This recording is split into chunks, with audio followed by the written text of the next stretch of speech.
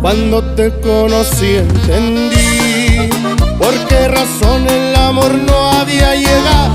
y es bastante claro que porque